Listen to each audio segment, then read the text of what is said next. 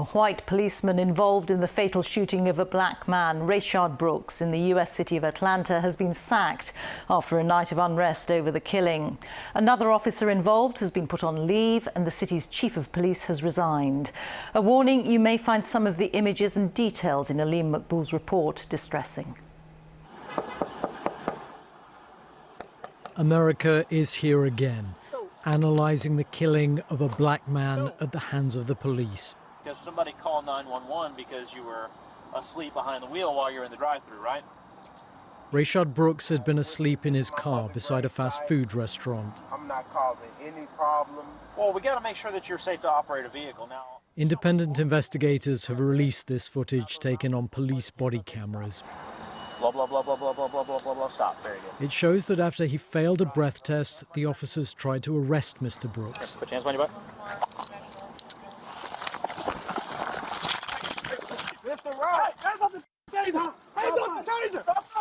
But during a struggle, he grabs one of their tasers.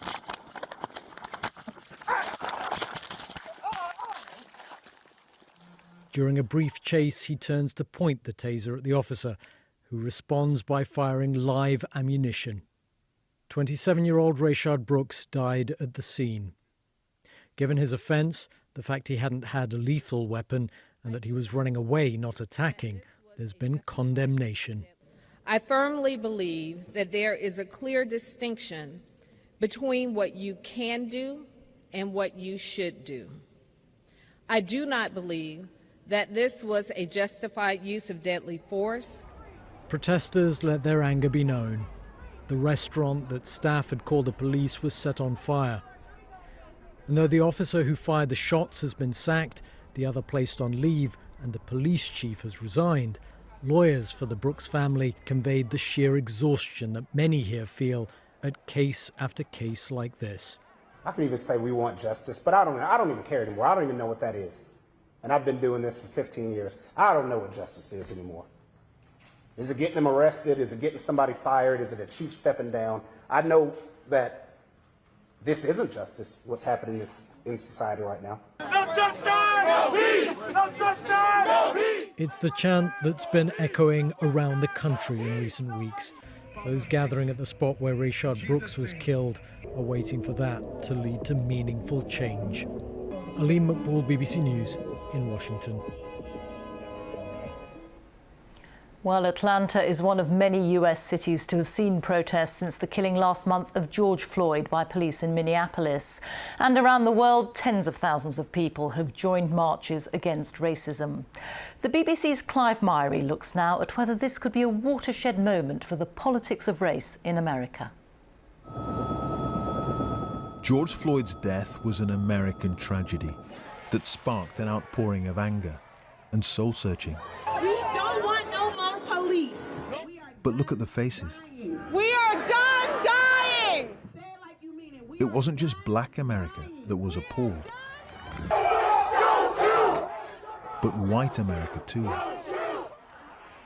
This is a seismic shift in attitudes towards police brutality and racism. It was a point addressed by one black veteran civil rights activist at George Floyd's funeral, who'd marched side by side with Dr. Martin Luther King. Back in the days when I used to be part of marches, all the marchers were black. But now, there are white people who know the story.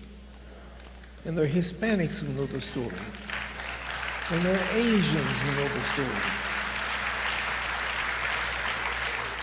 It's the denial on the part of much of white America that racism is widespread and real that's helped perpetuate the discrimination they claim doesn't exist.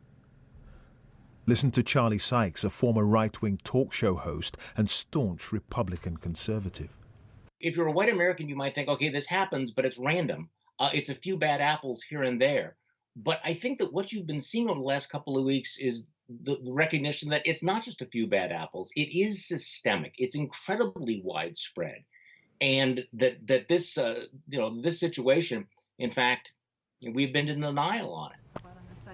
I'm thinking say their name. Penny Sitz lives in one of Minneapolis's comfortable suburbs, 3 streets away from the police officer who knelt on George Floyd's neck. For the first time in her life, she's been taking part in street protests with her family. What has surprised me in the past week has been seeing how widespread the abuse is and the brutality is. This is something I had no idea about. I knew it happened in a few big cities, but I did not think it was as widespread as it is.